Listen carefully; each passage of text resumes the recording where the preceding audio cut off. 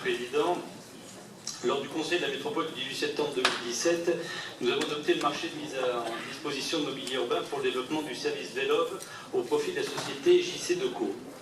Si cette offre présente quelques nouveautés comme le passage d'une partie du parc à vélo à assistance électrique, une augmentation de l'offre, un élargissement du territoire, elle reste toutefois identique à la précédente dans sa philosophie.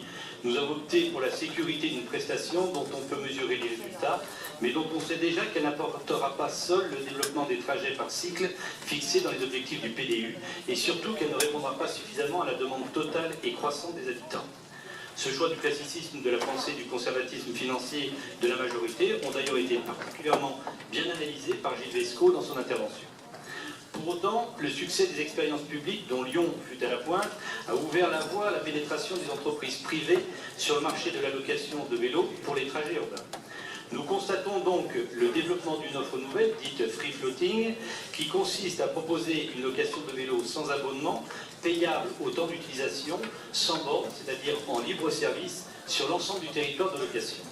Cette offre est simple d'utilisation. Le smartphone sur lequel l'application est téléchargée sert à la fois de géolocalisation du vélo, sa sécurisation par un verrouillage par QR code et au paiement.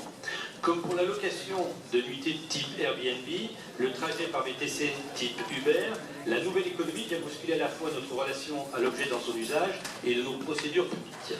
L'ampleur du phénomène et la force financière des sociétés les plus importantes sont telles que cette nouvelle concurrence, si elle s'installe à Lyon, va nécessairement impacter l'équilibre financier de notre marché qui nous engage désormais sur 15 ans. Pour répondre à cela, nous avons reçu un message un peu hors sol du conseiller délégué aux mobilités actives qui demande aux maires de freiner l'implantation de ces nouvelles offres en usant de leur pouvoir de police au regard de l'encombrement futur de l'espace public.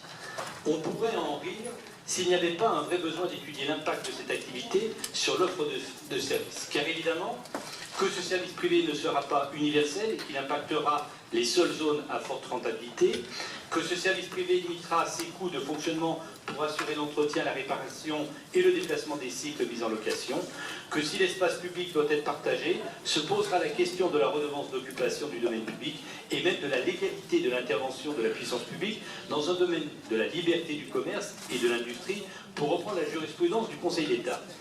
Nous pensons qu'il est nécessaire d'anticiper les conséquences multiples de cette réorganisation de la philosophie de l'usage d'un service, de la notion d'appropriation d'un bien face à son utilité, de la simplicité exigée par le consommateur d'un service, des modalités des trajets et du suivi de la rupture de charge qui va favoriser le recours à des vélos, de la gestion de l'espace public tant pour les voies de circulation que le stationnement, du modèle économique du prestataire de service public face à des prestataires privés.